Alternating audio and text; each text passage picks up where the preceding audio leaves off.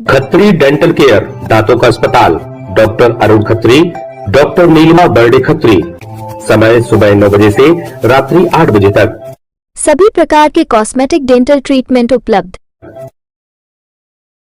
हमारा पता Khatri dental care, union bank of India के बाजू से, राय चौराहा, दम। हड्डी फ्रैक्चर, जोड़ एवं रीढ़ की हड्डी रोग विशेषज्ञ एवं सर्जन डॉक्टर रविंद्र चौरसिया। समय सुबह 11 बजे से शाम 4 बजे तक, शाम 6 बजे से रात्रि 8:30 तक। मिलने का स्थान विजयनगर गेट के बाजू से, बालाकोट रोड, दमोह। भारत निर्वाचन आयोग के निर्देशानुसार जिले में मतदाता सूची के विशेष गहन पुनरीक्षण कार्य प्रगति पर है। कलेक्टर एवं जिला निर्वाचन अधिकारी सुधीर कुमार कोचर ने स्पष्ट किया है कि यह प्रक्रिया केवल मतदाता सूची के मैपिंग एवं सत्यापन हेतु की जा रही है। उन्होंने स्पष्ट शब्दों में कहा कि इस प्रक्रिया के दौरान किसी भी मतदाता का नाम सीधे तौर पर सूची से नहीं हटाया जाएगा।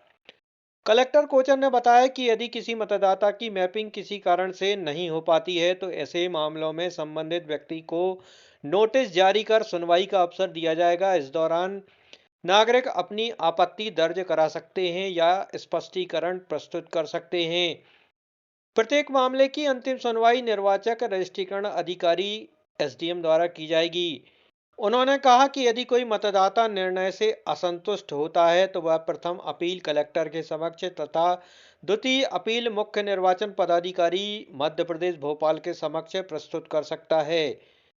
कलेक्टर ने जानकारी दी कि बीएलओ घर घर जाकर गणना पत्रक का वितरण कर रहे हैं। इसके साथ ही आयोग द्वारा ऑनलाइन फॉर्म भरने की सुविधा भी सक्रिय की गई है, जिसका मतदाता उत्साहपूर्वक उपयोग कर रहे हैं। नागरिक voters.eci.gov.in लिंक के माध्यम से घर बैठे ही अपना फॉर्म आसानी से भर सकते हैं, जिससे उन्हें किसी शासकीय कार्यालय में आने की आवश्यकता नहीं होगी। कलेक्टर ने जिले के सभी पात्र नागरिकों से अपील की है कि वे समय पर अपने दस्तावेज और विवरण सत्यापित करें ताकि 18 वर्ष पूर्ण कर चुके सभी युवा और पात्र मतदाताओं के नाम मतदाता सूची में शामिल हो सकें। एक जो बार बार लोगों के मन में जिज्ञासा आती है या लोगों के मन में एक बार बार एक प्रश्न बनता है कि ये जो एसआईआर हो रहा है, इस एसआईआर के बाद हमारे नाम कट जाएंगे सूची से। तो देखिए, ये इस बारे में मैं स्थिति बिल्कुल क्लियर कर देना चाहता हूँ कि जो ये एसआईआर की प्रक्रिया है, बेसिकली इसमें होना ये है कि 2025 के जो मतदाता हैं, जो जिनका नाम 2025 की मतदाता सूची में है, उनके नाम को वर्ष 2003 की मतदाता सूची से लिंक किया जाना है, मैप किया जाना है। यदि किसी मतदाता का नाम 2003 की मतदाता सूची में नहीं था तो उनके वंशावली में जो लोग स्थित हैं, उनके माता पिता दादा दादी, उनके नाम के साथ उसको मैप किया जाना। ये पूरी मैपिंग की प्रक्रिया जो है ये चलने वाली है 4 दिसंबर तक। और 4 दिसंबर तक जब ये मैपिंग खत्म हो जाएगी, उसके बाद मान लीजिए किसी मतदाता की जो भी मतदाता है, किसी कारण से जिन मतदाताओं की मैपिंग इसमें नहीं हो पाई, उन मतदाताओं को जो आयोग के निर्देशानुसार जो हमारे निर्वाचक रजिस्ट्रीकरण अधिकारी हैं, यानी कि जो हमारे एसडीएम साहबान हैं, वो नोटिस जारी करेंगे और नोटिस जारी करके उनकी सुनवाई करेंगे। इसके अलावा जनता को भी ये अधिकार है कि वो इस दौरान जो है 4 दिसंबर के बाद अपनी ओर से दावे और आपत्तियां भी प्रस्तुत कर सकते हैं। तो इस प्रकार से जब दावे आपत्तियों की सुनवाई होगी, नोटिस की सुनवाई होगी, ये सब पूरी प्रक्रिया जब होगी, और उस समय इस प्रक्रिया के दौरान व्यक्ति अपने पक्ष में प्रमाण भी प्रस्तुत कर सकता है। और अंत में जब सारी सुनवाई हो जाएगी, उसके बाद में आपके जो एसडीएम साहब हैं या निर्वाचक रजिस्ट्रीकरण अधिकारी हैं संबंधित विधानसभा क्षेत्र के, वो इसमें अंतिम निर्णय लेंगे कि इस व्यक्ति का नाम मतदाता सूची में जुड़ेगा या नहीं जुड़ेगा।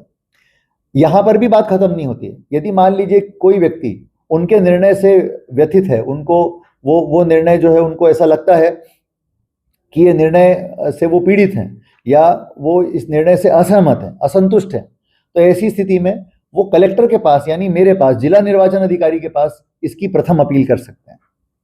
तो प्रथम अपील की सुनवाई मेरे पास होगी। जो भी अपील, ऐसी अपील जो कि एसडीएम के ऑर्डर के खिलाफ होगी या निर्वाचक रजिस्ट्रीकरण अधिकारी के ऑर्डर के खिलाफ होगी, और यदि कोई मतदाता मेरे आदेश से भी असंतुष्ट है, यानी कलेक्टर या जिला निर्वाचन अधिकारी के आदेश से भी वो संतुष्ट नहीं है, तो वो मुख्य निर्वाचन पदाधिकारी यानी भारत निर्वाचन आयोग जो हमारे राज्य जो यूनिट है भोपाल, वहां पर जो मुख्य निर्वाचन पदाधिकारी मध्य प्रदेश भोपाल के समक्ष द्वितीय अपील प्रस्तुत कर सकते हैं।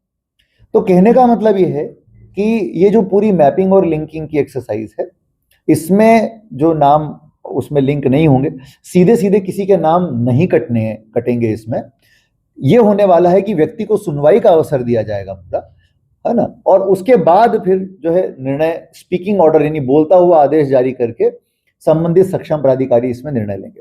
तो इस प्रकार से लोगों को इस बारे में चिंता करने की या परेशान होने की बिल्कुल ये आवश्यकता नहीं है।